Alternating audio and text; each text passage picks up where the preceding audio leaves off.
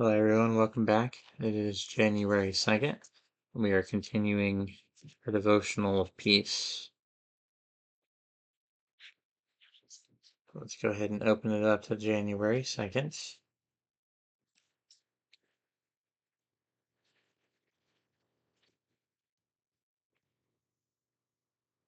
This devotional is speaking about preparing for the future. The word comes from Ephesians chapter 2, verse 20. Having been built on the foundation of the apostles and prophets, Jesus Christ himself being the chief cornerstone.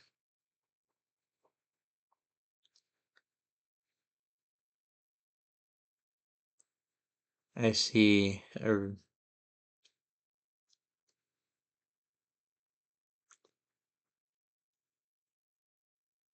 a continuous theme with today that's establishing Jesus as the cornerstone. It's easy to focus only on the physical well being or emotional happiness as we prepare for the future. It is not necessarily wrong to be concerned about some of these things, but is this all it takes to prepare? The answer is no. Even the securest financial plan and the finest health care aren't enough to hold us steady when the challenges come. Will a full bank account satisfy you when disability takes away your freedom or death robs you of someone you love? Will robust health shield you against the storms of loneliness or grief? We need a solid foundation beneath our lives, a foundation that will give us strength and stability no matter what happens. And the time to build it is now. God does not want us to drift aimlessly through life, desperately seeking happiness and security and peace, but never finding them. Nor does he want us to build our lives on an unstable or impermanent foundation. God has already provided the foundation that we need. Wow, that is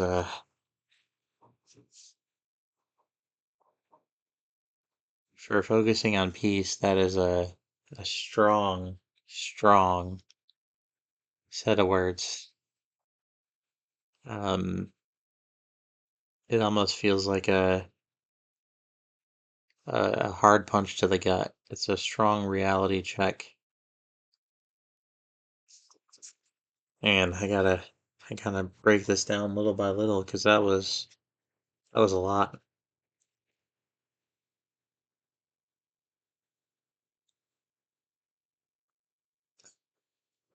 Obviously, with resolutions in the start of the new year, you're gonna prepare to take on these things. And I know last time we talked a little bit about kind of focusing on worldly things like our image, our money, our friends, and then kind of making sure we take that and focus on spiritual things instead. And, as a part of provision that we are called to do, that is to prepare and provide a future for our families.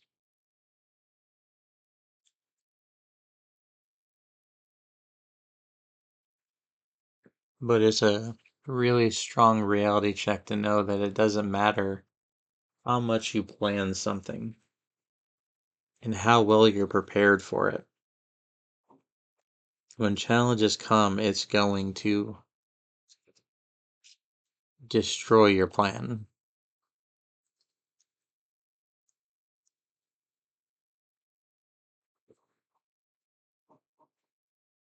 There's a famous quote from Mike Tyson that kind of rings out in my mind, and that is everybody has a plan until they get punched in the mouth. And that's kind of what it feels like with this.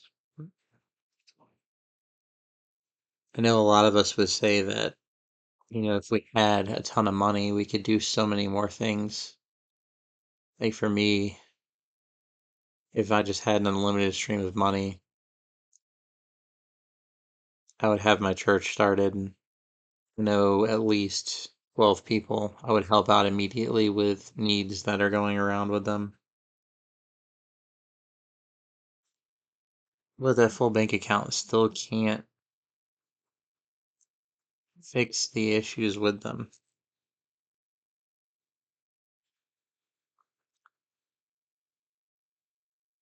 It is a scary thought process for me to think of myself getting disabled in any way, shape, or form. I really value the fact that I can get in a car and drive, that I can move. I have random aches and pains here and there, but it's nothing in comparison to a lot of other people. But just having that freedom of movement, having the ability to leave and go do whatever I need to do is a huge thing for me.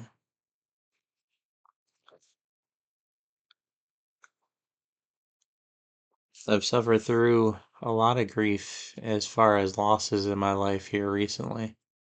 In the past year, I've lost multiple family members. I've lost a serious relationship.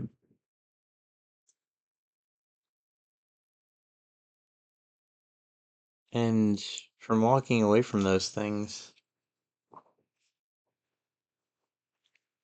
I know that the only reason why I got through that was because God was carrying me and God was leading me. Thankfully, I don't suffer from having a lot of pride. And I know that I did not get through those things on my own. I know it was the Lord who got me through them.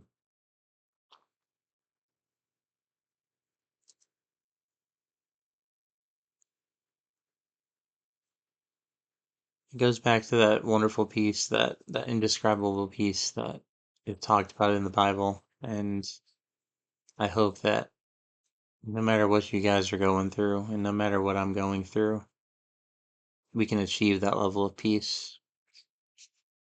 I actually spoke with somebody in McDonald's earlier who saw my hat. I like to wear my hat here. I wear that pretty much no matter where I go. And it inspires conversations. It's great because there's a lot of uh, worry about the youth right now, but the older couple I was talking to actually saw some people who met at McDonald's. They were two younger girls who looked about maybe early 20s, and they came in not to eat, but to just meet up with each other and discuss the Bible. And if we listen to the world, the Christian religion is falling apart. Young people don't care, but that's all just static.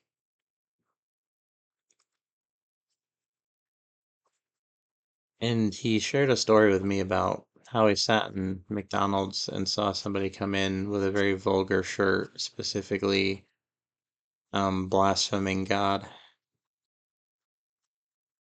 and about the anger that he felt. And I was glad enough that in that moment I was able to minister to him and remind him of fruit and the fact that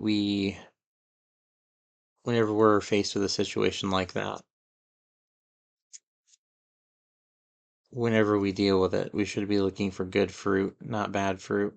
And the fact that he was feeling anger was just a sign that the enemy was essentially just trying to get to him, trying to pull his eyes away from God. And I was able to talk to him today about putting his eyes back on God.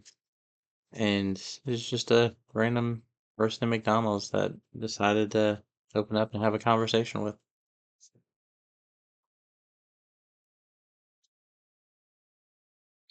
And he told me he was so angry that he was willing to go to jail over the person having this on his shirt.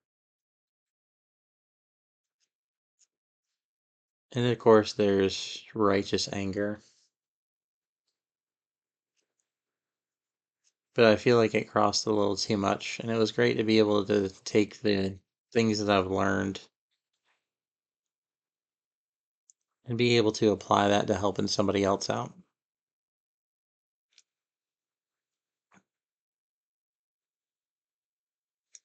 And I don't think I could do that without having that solid foundation of what God taught me underneath my feet.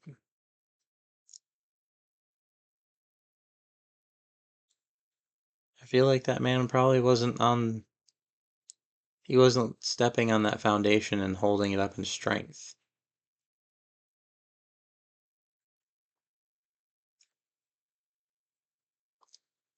I think it's a great opportunity for him to build back that foundation stronger, for him to re explore some of the things in the Bible and maybe work himself into doing something, and I can do the same.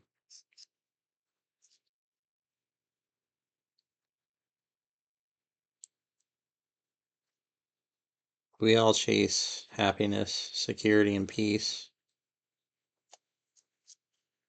but if we truly found them, I want you guys to think about your happiness. Where does that come from?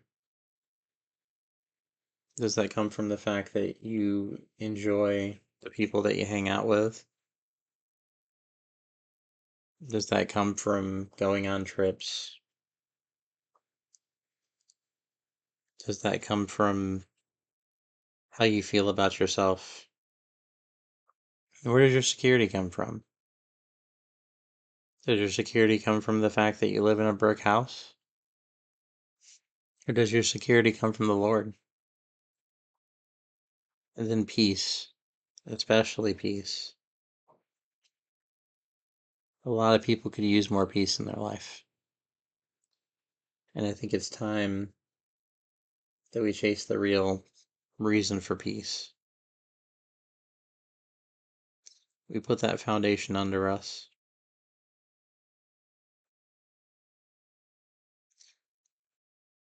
We take that foundation of God, not the foundation of the house that we're in, the amount of money we have, the amount of kids that we have, whatever false foundation that you could possibly find yourself standing on, either intentionally or unintentionally,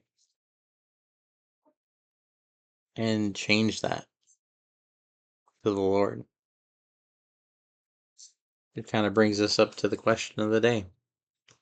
What is one step you can take today to build your foundation on God?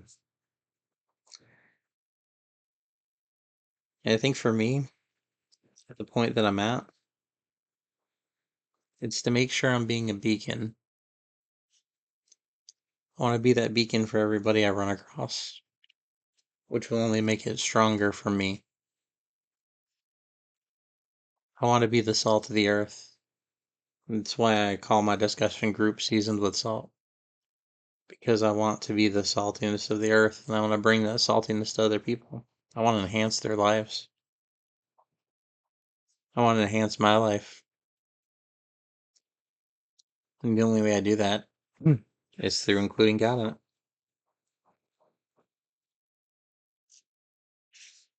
So ask yourself the question, what foundation are you standing on? For some people, like me, this may be more confirmation that you're on the right path. And then we can look back and see when we weren't and realize, man, that was really, really bad. Maybe there's a person out there that realizes, you know, my life has been shaky because I have been on this unstable foundation. What could happen if I replace God with that? Maybe that's something we can describe to somebody who is a new believer that is trying to fully understand the word, or maybe even a non believer. It'll be tough for them to understand, but I think it's a wonderful way to do it.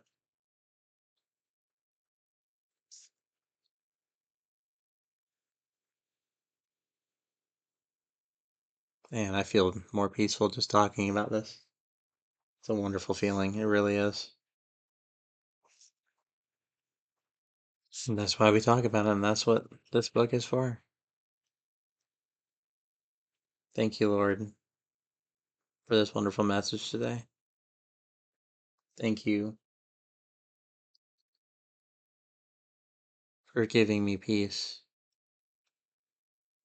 And thank you for showing me how to continue to enjoy that peace.